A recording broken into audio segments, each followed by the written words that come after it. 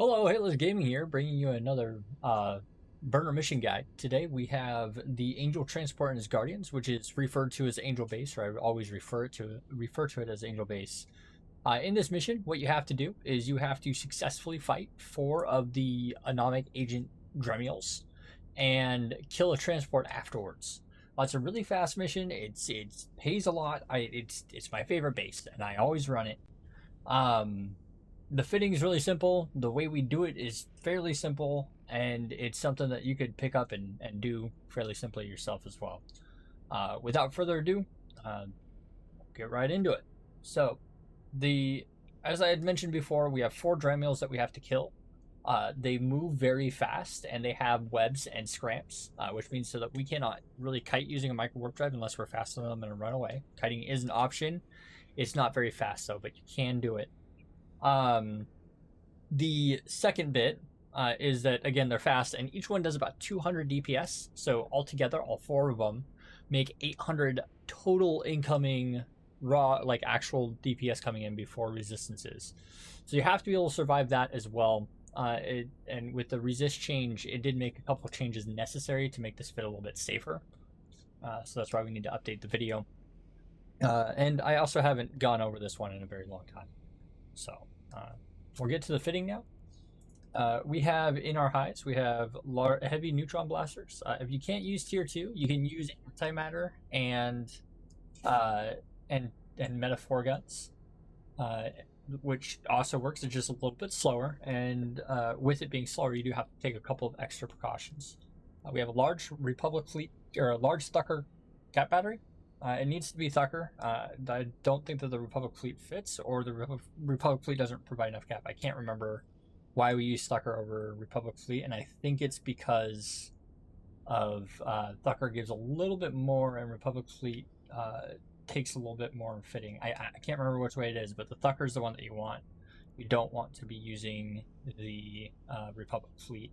And then we have 3 regular Stasis Webifiers. If you want to improve the fit significantly for very little cost, you could pick up a handful of cheap Stasis Webifier Metaplasmoids. They orbit at 3.5, so the range isn't important, and you can get the ship velocity bonus better. So the base is 60%. You get that to 62 or even 63%. The bonus multiplies through the whole of the Vigilant. Actually, I should start with that. But we'll talk about the Vigilant whole in just a moment. But we have a triple web fit. We have a Corpus X type or equivalent explosive armor hardener. What's important is that it has a 50% explosive resistance bonus before overheat, and we have 2 of these. And then they're also fitted on opposite sides of the rack. So we got one here and one here. We are going to be overheating these, and they're going to run hot for a good portion of the mission. So it's important that they're on opposite sides and that you have spacing between the explosive armor hardeners and the medium armor repper that we have. Speaking of the repper, it's a Corpum C-type medium armor repper. You can bling this if you see fit. You need type C with the X-type hardeners. That's the only shiny things that we have on this ship. But this gives you the survivability that you need and to survive. So you have that. We have 2 magnetic field stabilizers for additional DPS and a multispectrum energized membrane too. For the rigs, we have an anti-EM armor enforcer, auxiliary nanopump, and a nanobot accelerator. If the T2 EM armor enforcer is not available to you, you can switch. You can put a tier 1 in there and then make the accelerator tier 2 if you'd like. However, that does make it burn a little bit more cap when you're running. This fit is stable with everything off but the tank. That's something you want to keep in mind. So if you disconnect after you've killed the second frigate, you can actually stay alive and you won't die. But there's a possibility of that. Anyways, it is stable running like this, and this is why we have the Thukker cat battery. And then in the drone bay, for emergency situations, we have Warrior 1s. They are throwaways. And I won't demonstrate it in this, but basically what happens is if you throw the warriors out, they like to shoot the warriors and then return back to their spawn location. So what they'll do is they'll stop doing damage to you, and it makes tanking a lot easier. So if you're using the cheaper guns, you have to use drones to kind of buy yourself some time. And then also they can be used as a panic if you make a mistake. This does require a live refit, and it requires that you actually fit it back before you undock. In this case, we're already fit properly. But I have had this situation happen where I leave the Microwarpdrive on it, and because I left the Microwarpdrive on it, I've lost the ship. I've lost the ship in like 200 different ways. But basically, the things that you need to remember before you undock is that it gets repaired, and that you put the thing back on, or you put the battery back on, and take off the Microwarpdrive, and then bring drones for emergencies is really what will save this ship in bad situations. And then the hull that we picked is the Vigilant, and it's because it's a Serpentis ship. It has a 10% bonus to the medium hybrid turret fall off, which actually makes our optimal with Void and max skills 3,375, which puts Void right where we want it. It literally makes this the perfect ammo to use. If you don't have max skills, antimatter is a good replacement, especially if you don't have the Mimitar skill up. And I'll get into that a little bit more. And then the next bonus is that it has a Stasis Webifier effectiveness bonus, meaning that at level 5, we have the Stasis Webifiers being 50% more effective than base. So that means that a 60% web turns into a 90% web, and then at level 4, the 60% web turns into an 81% web, which is really, really helpful. And then lastly, the roll bonus is a massive damage boost, making this one of the highest, if not the highest, DPS cruiser in the game. The only other ship that comes close is the Demos, which shares the same kind of look as it. It just doesn't. The Demos has similar DPS, but doesn't have the webs. So we're trading tank for webs using the Vigilant over the Demos. Also, the Vigilant's also a relatively easy ship to fly, and we'll get into skills in just a second. So let's go ahead and open up that window and go check out skills. Am I in the wrong? No, I'm in the right one. So for Spaceship Command, you're just gonna need bare minimum skills to fly the Vigilant. Plus, so Galente Cruiser, I can't remember if it's two or three that's required, but you can do it with 2 if 2 is all that's required. And then Mimitar Cruiser is what is very important for this ship, because again, that web bonus that we just mentioned, getting that to 4 is what will make this easy. I have an old video of me doing this mission with Mimitar Cruiser at 3, and it really shows what a struggle not having Mimitar Cruiser up to 4 makes this mission. The web bonus is critical. So getting Mimitar Cruiser to 4 is what will make this mission simple. You can get away with 3, however, really would not recommend it, because Cruiser to 4 is like a 3 or 4 day skill. It's not a big deal. It's not 20 days to get it to 5. Get it to 4, it'll make your life so much easier. It's really all I got. For engineering, we want our capacitor skills trained. So we need capacitor management and capacitor systems operations to 5. This makes us cap stable without the webs and without the guns on. So it makes it so that we can indefinitely survive in this mission. Although in 4.5 minutes is more than enough time of cap stability to survive. We also run a 5% capacitor implant to assist. This is one of the missions that it really helps with. The 5% capacitor helps this mission quite a bit.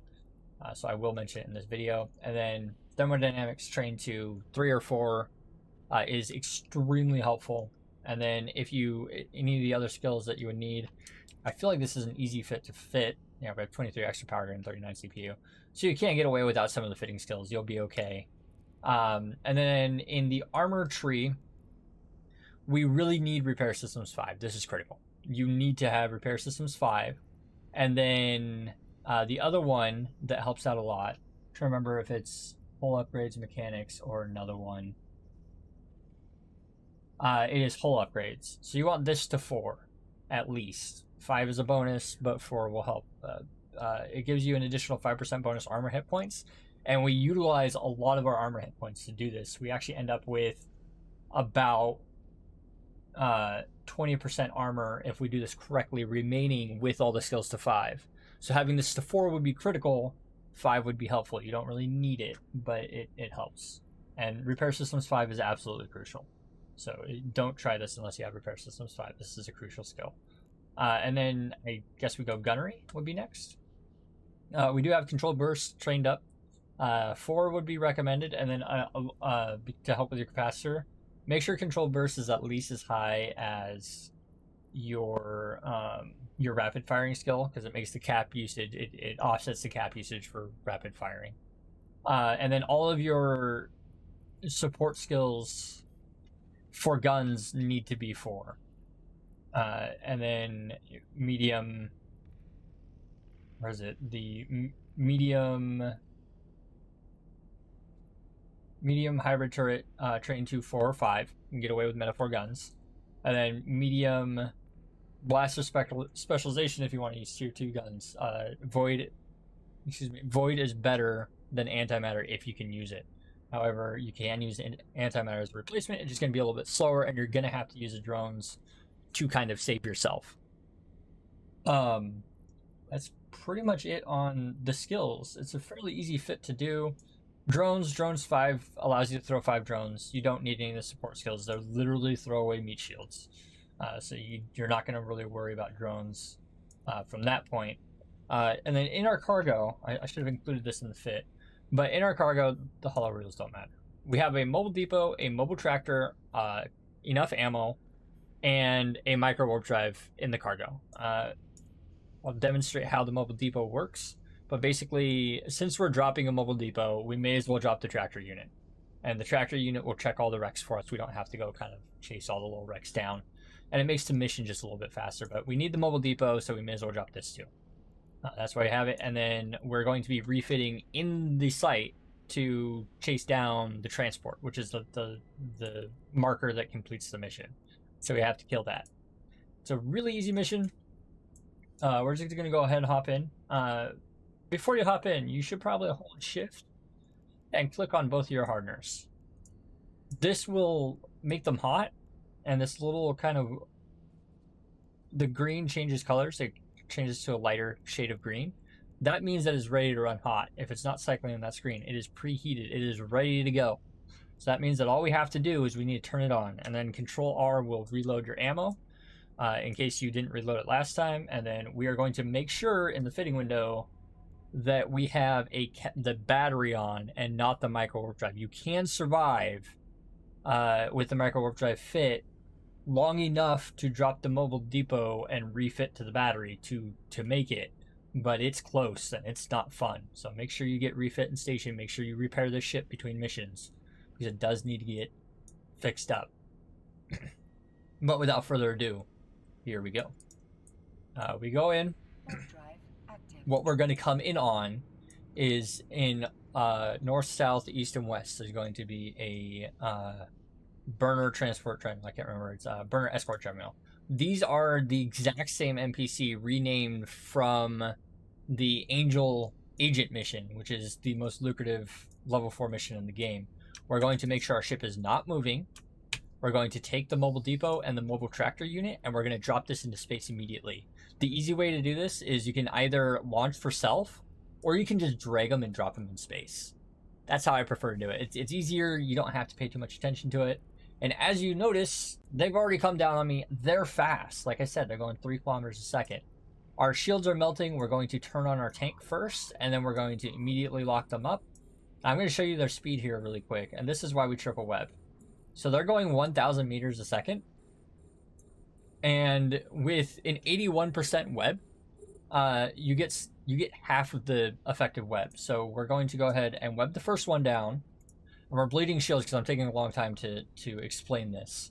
Once it's webbed down, we're going to start firing at it. As you can see, it's going 12 meters a second. A level 4 Mimitar cruiser will make this go 24 meters a second if you have 81% webs. If you notice, I overheated my my guns to get that first kill really quick. And then we're going to go ahead and kill the second one. At this point, once one is dead and you're running 2, you're still going to bleed armor and shields. I'm actually going to start overheating my my repper here because I took too long. Normally I'm a little bit more on point with this and I go a little bit faster. But because we're explaining, we went slow. Once the second one is dead, you're going to kill the second one. Once he is dead, you turn off all of the heat that you're running everywhere. You do not want to burn your Hardener's out. I have left the Hardeners on and had the last 2 kill me. It's happened. So you want to make sure that you turn off heat at this stage. Now you have 2 of them dead. Your guns and everything are off. It is going to have a very difficult time killing you. However, we still want to continue firing and get rid of this one. If we are panicked and feel like we're going to die, it's a very good option to throw the drones out. And what can happen is the drones make it a little bit faster, but sometimes the NPCs will switch off you and shoot the drones instead. And what that buys you is time, and it makes it so that you don't die as fast. And we're going to go ahead and kill this one. We're going to web it down and start firing. And now you see our shields are recuperating. Our tank barely holds when there's 2 of them. So we need to kill the first 2 before our tank breaks, and then we need to kill the 3rd one to make our ship safe. So once you're firing at that 3rd one, you're pretty safe. You're fine. You have to get up, walk away. You'll be alive when you come back, unless you get ganked, of course. But that's it. We just killed the scary part of this mission. Now we still have to go chase down this burner clone transport. He's way over there, and not very fun to go chase down, especially without a prop bot, which you guys should have guessed by now. We're gonna make sure that our armor is fully repaired, so we don't have to pay the repair bill in the station. We're going to go ahead and take the battery off. So once the mobile depot has fully anchored, it takes 60 seconds, and you're within 500 or 2,500 meters of it, you can actually refit your ship in space. So you hit Alt plus F to bring open your fitting window, and then you're going to grab your battery, hit Alt C, and it'll bring your cargo window up to the top, and then you're going to grab the Microwarpdrive, and sometimes that's over the fitting window. You hit Alt F again to bring that to the top, and you drop that in. What putting the the Microwarpdrive on will do is it will destroy your capacitor. Now we have like no capacitor use, so we want to be done repairing at this point. That transport is harmless. It won't break our shield tank. I regen passive. And then you always check the mobile tractor unit. I have had Dremel blueprints drop. I've had Domination tracking enhancers, Domination shield hardeners, all kinds of faction gear can show up in this cargo container in this mission. So we do want to make sure that there's nothing in the mobile tractor unit, and then we'll scoop this to cargo bay. We'll scoop up our mobile depot, and then we'll go make sure that we have those scooped because they are expensive. We don't want to be replacing them every time. We're going to go grab an orbit on the clone soldier transport. I always orbit at 2 kilometers, and then we turn on the prop bar and chase it back. So the clone soldier transport has a really large mass, which means that when it's in motion, it tends to stay in motion. First law of physics, or one of the first laws of physics is that objects in motion tend to stay in motion unless acted upon by an outside force, which I'm sure a lot of you guys have heard. But they have a really high mass, so if you bump into this thing going 2 kilometers a second and send it flying 1 kilometer a second away from you, it's going to go 1 kilometer a second for a very long time, and you're going to have to chase it. Regardless of if you web it or do anything, it does not slow down. It just takes forever for it to come back down to a speed that you can actually chase it. So I always orbit, never approach. At this point, now once we're close to it, we shut off our prop mod. We can go ahead and approach if we want, if we don't want to deal with the transversal. And then we just lock it and kill it, and that's it. And then he has a chance to drop some goodies too. He can drop up to a signable blueprint. He can drop all the faction gear that the Dremules can drop. He likes to drop clone soldier tags, the yellow ones and the silver ones, or sorry, the gold ones and the silver ones. So he drops the gold one is worth like 2 million ISK, and the silver one's worth like 20. So you always want to check his rec for goodies, and that's pretty much it for the Anomic base Angel. It's one of my favorite missions. It's very fun. It's very fast paced. You get to feel like you're a hero because you go into low armor and it's close every time, and it's fun. I like it. It's a good one. So that's my guide on how to do it. As you can see, we have heat damage. We'll go back to station. We'll repair the ship. We'll take the Microwarpdrive off, and we'll put the battery back on before we undock again. And that's it. If you guys want to show me support, the best thing that you guys can do is to interact with this video or other videos of mine by clicking the like button, commenting in there. even clicking the dislike button, if you dislike this video for whatever reason, helps the video. So make sure you click that like button, make sure you subscribe, make sure you hit the comments. They do help a lot. It's absolutely amazing what it does. And we'll see you guys in the next one. Fly fun and enjoy your time in EVE Online, because I know that I do. So I hope you do as well.